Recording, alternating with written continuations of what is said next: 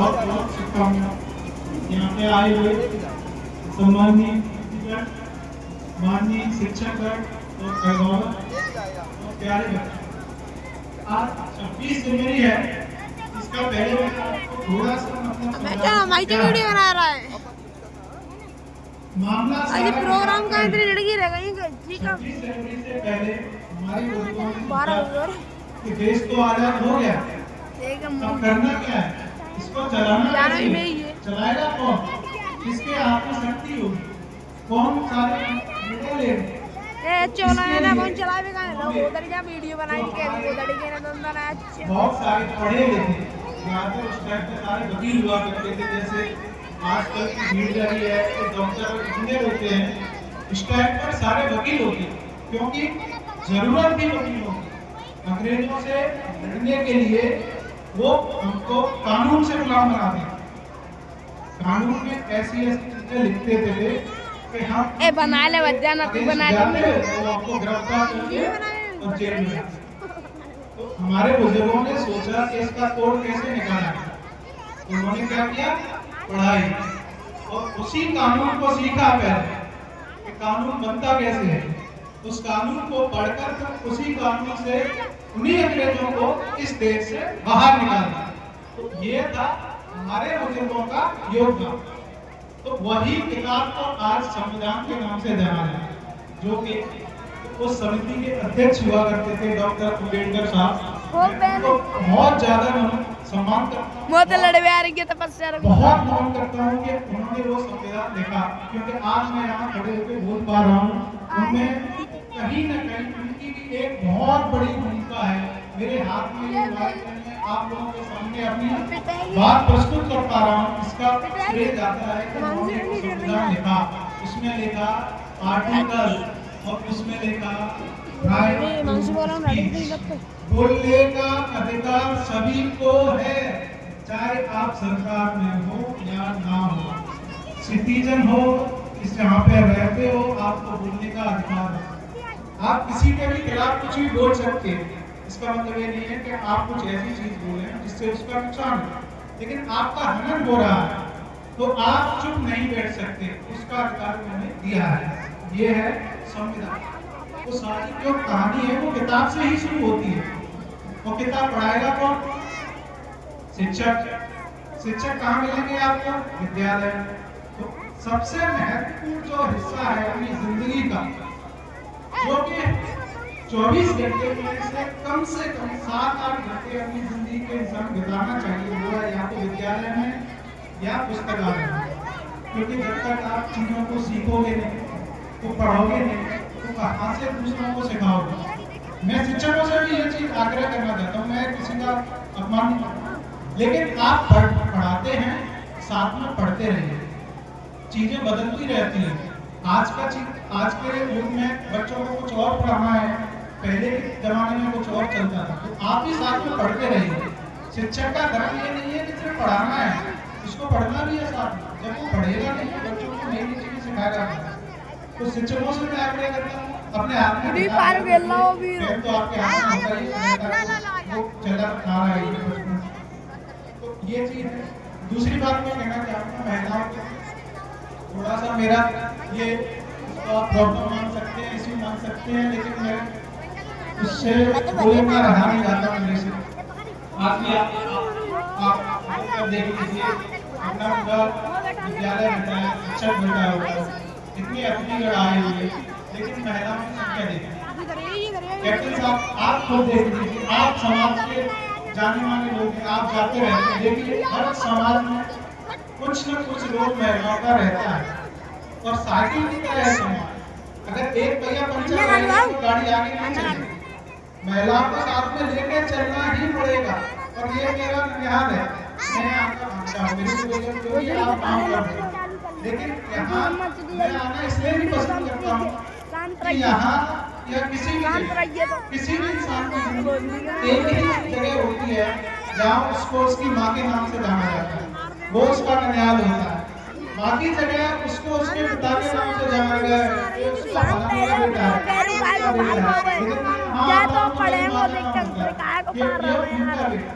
तो इसलिए यहाँ आने में मुझे जितनी ज्यादा खुशी होती है उतनी कहीं नहीं। हाँ तो मैं तो ये आप बोल मान के रही चलिए। बात है। तो मैं तो यहाँ आता रहूंगा और आपको ऐसी चीजें बताता रहूंगा। और महिलाओं के लिए जैसे बिंदु है, बहुत बोलती है, मेरे से तो बहुत ज्यादा अच्छा बोल लेती है, मतलब मैं तो इससे ही सीखा हूँ थोड़ा बहुत जो भी है। तो मैं जब लिखता हूँ कविता वगैरह लिखता रहता हूँ थोड़ा सा, तो मैं एक दिन सोच रहा था कि पुरुषों के दिमाग में ऐसी ऐसी चीजें हैं जो कि नहीं होनी चाहिए, उनको पता भी नहीं है कि उनके अंदर है।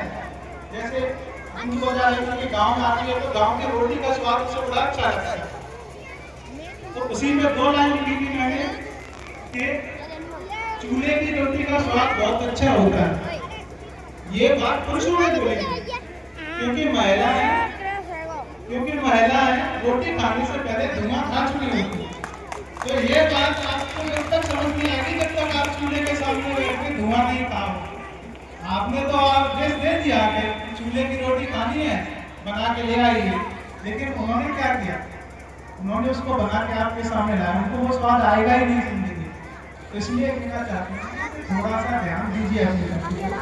चलो महिला हमारी माँ दादियों का समय निकल गया, लेकिन ये बच्चे तो हैं हमारे पास, इनको तो हम चाहे जहाँ ले जा सकते हैं। मैं दिल्ली विश्वविद्यालय में अभी लॉ करता हूँ, वहाँ से ग्रेजुएशन कर चुका हूँ। वहाँ की लड़कियों को देखता हूँ मैं, आपको यकीन मानिए आप उनके सामने 1 मिनट बोल नहीं सकते। उनका ज्ञान का लेवल इतना ज्यादा है कि आपको डर लगेगा कि मैं इससे बात कैसे करूं। वो आपके सामने आ गए तो आप साइड से हो जाओगे। और यहाँ आप लोगों को देखो, चौराहे से कोई महिला या कोई छात्रा निकल रही है तो बच्चों को ऐसा लगता है मुझे कुछ न कुछ बोलना है। कितनी बेकार बात है ना ये। अगर आपको हिम्मत है तो जाइए उस जगह बोल के दिखाइए। यहाँ तो आप 4 लड़के इकट्ठे हो गए, कोई बेचारी छात्रा स्कूल के लिए जा रही है, आपने कमेंट निकाल दी, बस हो गया आपका काम, भर गए मनोवार, हमने बहुत अच्छी बात कर दी। लेकिन जाइए बाहर विश्वविद्यालय में उनके सामने माइक पकड़िए, फिर करिए उनसे डिबेट, फिर देखते हैं किसमें कितनी ताकत। तो वो चीज़ तब तक समझ में नहीं आएगी जब तक आप पढ़ाई नहीं करोगे। पढ़ाई कहाँ होगी? विद्यालय में। पढ़ाई में कौन सी? तो पहले आपको विद्यालय को अपना दूसरा घर बनाना सीखिए। विद्यालय में नहीं हो तो किताबों को अपना दूसरा घर बनाना सीखिए। अरे बच्चों को बर्थडे पे आप 3 मंजिल के केक दे देते हो, 4 मंजिल का केक कटेगा। 4 किताबें ला के दे दो उसको, भाई के पढ़ लो, प्रेमचंद को पढ़ लो, आपको समझ में आ जाएगा कि गांव की हालत क्या होती है, सच्चाई क्या है। नहीं, उसको नहीं करेंगे। हमें क्या करना है, अपना नाम करना है। 3.5 लाख रुपए की बुलेट आती है कैप्टन साहब, आपको पता होगा। 3.5 लाख रुपए में दिल्ली विश्वविद्यालय से आप किसी भी स्तर की डिग्री कर सकते हैं। लेकिन हम अपने बच्चों को वहाँ नहीं भेजते हैं। क्या बोलते हैं? बच्चा हाथ से निकल जाएगा। अरे उसका एक्सीडेंट हो गया तो पूरी जिंदगी से निकल जाएगा यार, उसको तो सोचो। नहीं, लेकिन उसमें नाम हो रहा है कि फलाने का बेटा बुलेट से उठा है। उसमें नाम नहीं होगा कि फलाने के बच्चे को कितना ज्ञान है। लेकिन अगर तुमने बुलेट से निकल गया तो 4 लोग भूलेंगे कि नहीं फलाने का बेटा है, वो बुलेट से चलता है, बड़ा शौक है उसको, उन सब चीजों का। तो पढ़ाई लिखाई को अपने जीवन का हिस्सा बनाना सीखना पड़ेगा। उससे मैं एक चीज कहना चाहता हूँ अभिभावकों को, बच्चे तो बच्चे हैं, उनको क्या है, 18 साल तक ये बच्चे अपने आप की कंट्रोल में है। आप इनको जैसे डालेंगे वो वैसे ढल जाएंगे, जिस तरफ भी मोड़ेंगे उस तरफ मुड़ जाएंगे। लेकिन जब तक 18 साल तक बच्चा आपके कंट्रोल में है, अगर कुछ भी गलती करता है वो अभिभावक की गलती है। मैं नहीं मानता कि बच्चे की कोई गलती है। आपने उसको पढ़ना नहीं सिखाया, उसमें बदमाशी सीख ली। आपने उसको पनिशमेंट नहीं दिया, उसने बदमाशी सीख ली। आप उसको समय दीजिए, अपने घर में लड़ाई की जगह अखबार पढ़ना देखते हैं कि बच्चा कौन किसी के घर में तो अखबार आता ही नहीं है, आधे से ज्यादा लोगों के घर में नहीं आएगा ना, क्योंकि उसकी हमें जरूरत नहीं महसूस होती। लेकिन यही बच्चे, मैंने उस चीज को देखा, जब यही बच्चे 10वीं करके कॉलेज में जाते हैं ना, जो वहाँ के पढ़े लिखे बच्चे आते हैं, तो यहाँ से तो हमको लगता है कि हम तो भाई जिला टॉप करके आए हैं, हम अपने स्कूल में टॉप करके आए हैं, तो देखे वहाँ जाके तो हम पता नहीं क्या ही कर देंगे। लेकिन जब आप पहुँचते हैं तो देखते हैं कि बच्चे तो हमसे 100 गुना आगे चल रहे हैं, क्योंकि उन्हें पढ़ाई के साथ में बहुत सारी ऐसी चीजें दी हैं तो हमें पता ही नहीं है। हम मैं हमारे विभाग को पता थी, तो उस चीज को जब तक हम नहीं सीखेंगे। अब आजकल तो सबके हाथ में है वो चीज, मोबाइल। यहाँ पे बैठे सारे मेरे को लगता है सब बुजुर्ग हैं, कुछ बच्चे भी हैं, मेरी एज के हैं। मैं नहीं जानता कि इसमें से कोई भी ऐसा बनाओ होगा तो कि वीडियो आपका होगा कि बनाना पड़ेगा, कैसे वीडियो से आपको वीडियो और आने सबको पता होगा इंस्टाग्राम में चल रहा है। कोई वो बाबू गप्पी है, उनको तो सभी जानते होंगे, सब जानते होंगे। बच्चों को पता है तुमको कौन है बाबू गप्पी? बताओ। एक्टिंग कैसा है?